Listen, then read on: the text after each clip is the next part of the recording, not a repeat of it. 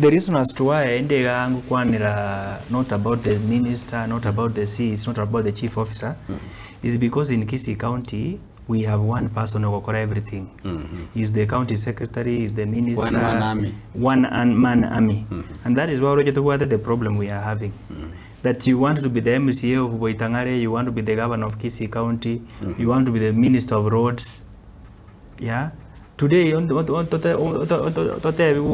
MCAs, some on the minister, some on the chief officer. The chief officer will come there, will be helpless. They have nothing about Korobis. They are only there seated back on UHI and all that, because everything is done by one individual. As one person who will sit deciding this is what will be done, this will be done. But you know, that is the problem we're having. And then a competent governor works with a cabinet here, or city minister here, was advisors by.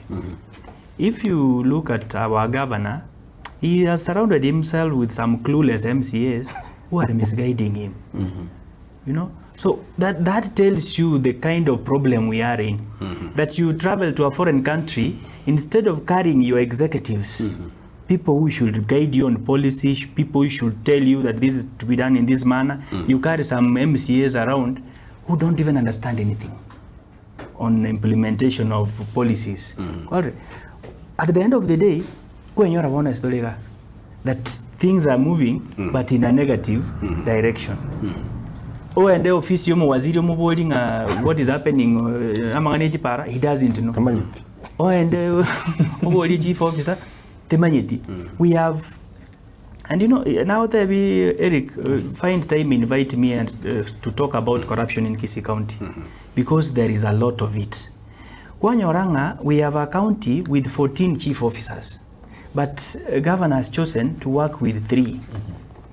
3 only, that they are the people who can sign the AIE, they are the people who can account.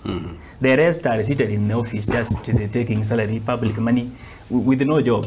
Out of you 10 ministers, you have 2 or 3 who are active. The rest, muko tuko ofisi kujaza viti. You know, that is a sad state of affair of our county.